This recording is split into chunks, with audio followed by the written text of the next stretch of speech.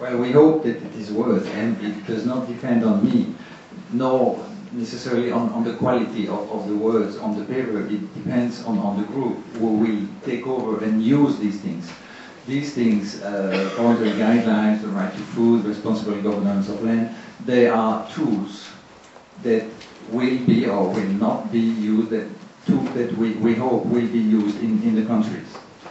That's one thing. The voluntary guidelines for the right to food have been used in some countries by activist groups or by communities to put pressure on the government or to engage the government in some kind of dialogue or increased accountability. That's a useful thing.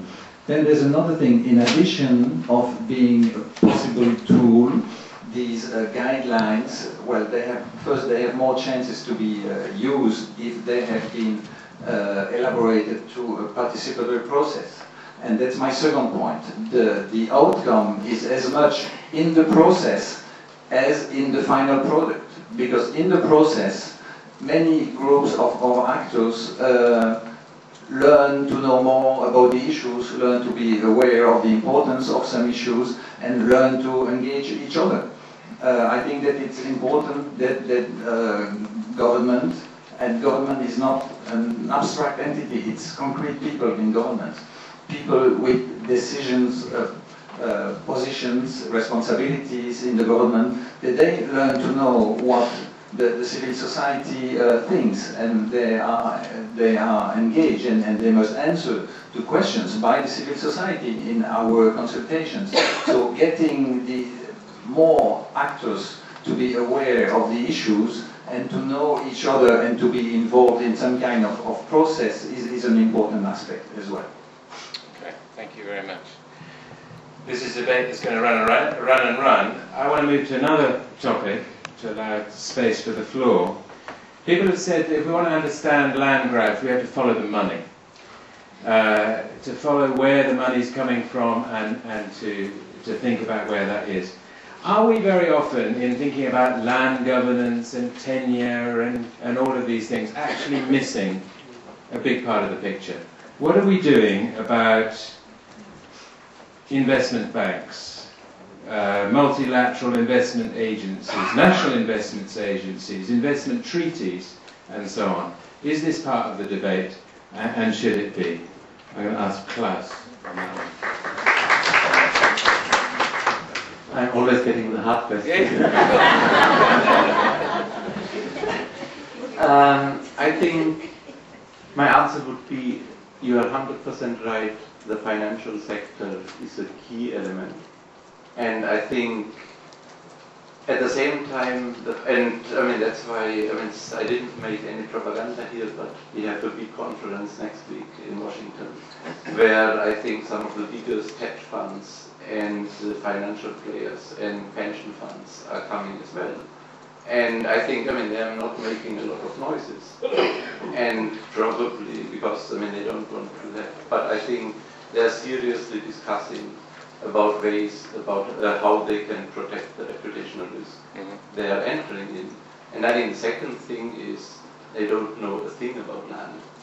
And they recognize that without knowing something about land, you cannot address the risks that are involved there. So I think we have the potential for a potentially quite fruitful interaction where I think they can, where I think we can provide the technical knowledge, but I think what they need to do, and I think there are some hopeful signs, is to actually have some agreement on what the standards are by which they are going to be charged. And there I think I would agree that, you don't have to reinvent the wheel. There are elements, and I think we shouldn't be too self-important in trying to invent our own guidelines, but to see where do we have already existing standards that exist. And I think the Equator Principles have been signed up by, 75 or 80 of the major financial institutions in this world. The problem there is disclosure and enforcement. And I think that is the thing where one needs to work on. And where I think some technical knowledge and giving some meat to what it actually means to adhere to these principles and to make sure that investments are socially and environmentally sustainable and provide benefits for local population. This is something which I think we need to work on, and there's a lot of demand. Okay, thank you very much, Klaus. And to what degree is the bank, your bit of the World Bank, working with the IFC, the investment arm? Quite a lot. And I think that IFC has been reviewing their performance standards, which I think are closely linked because that is what the Equator principles are adopting.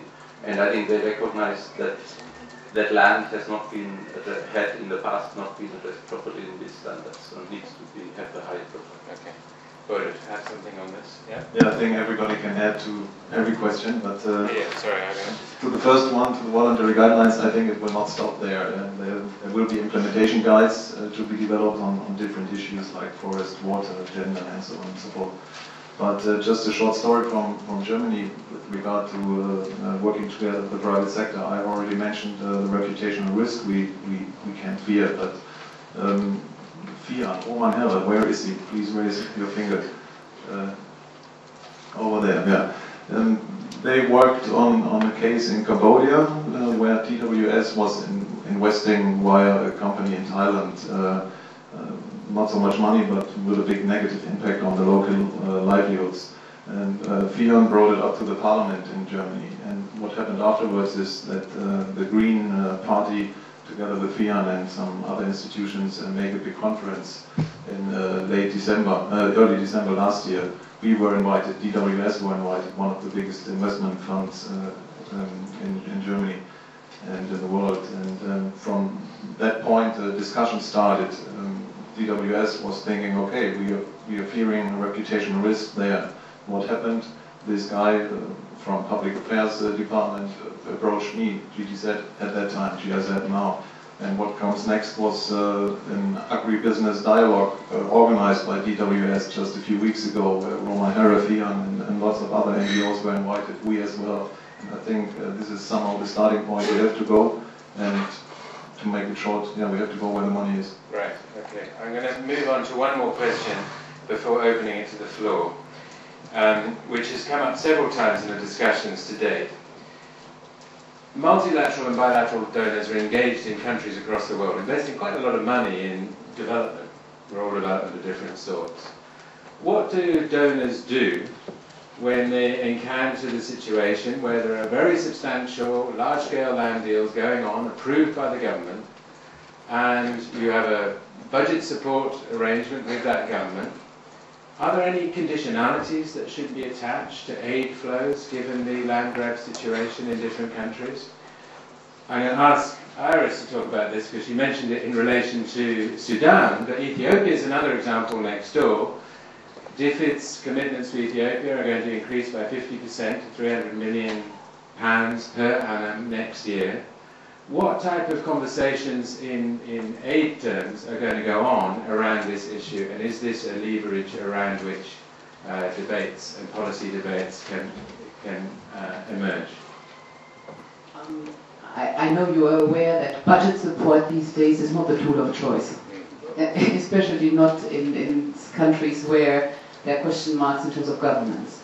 And for example, South Sudan doesn't exist yet. But talking specifically about Ethiopia, our colleagues in the DFID Ethiopia office are following very, very closely. And they follow from the point of view of seeing will what the Ethiopian government is currently doing in Gambela, in other pastoral areas, etc., will that jeopardize some of the key objectives that DFID has agreed with the Ethiopian government and that we are accountable for towards the UK public. And that is a big headache.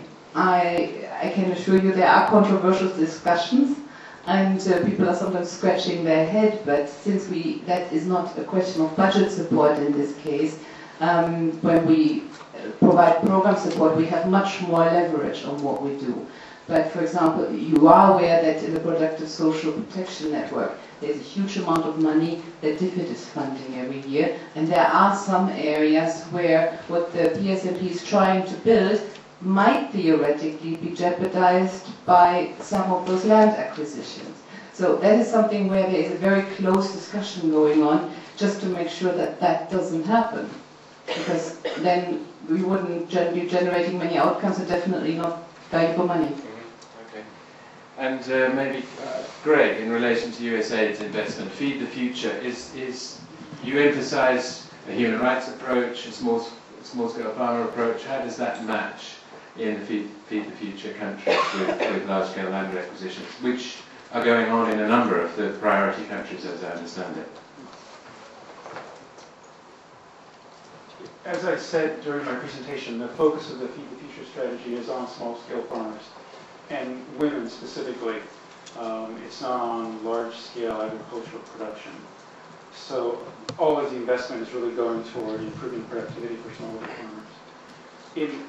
When you mentioned specifically Ethiopia and Sudan, so I'd like to come to that because we also are monitoring both of those cases very closely. And in some cases, specifically in Ethiopia, there's a concern that what is happening could run up against or contravene U.S. law. So for example, if Ethiopians are relocating people off, particularly pastoral groups, off the land so that they can then turn around and sell that land to large-scale investors, and using U.S. food aid as a means to be able to do that, that is of course against the law. And that could then jeopardize food aid for Ethiopia. So it does have some very, it could have potentially some very difficult or serious consequences for the government of Ethiopia. Okay.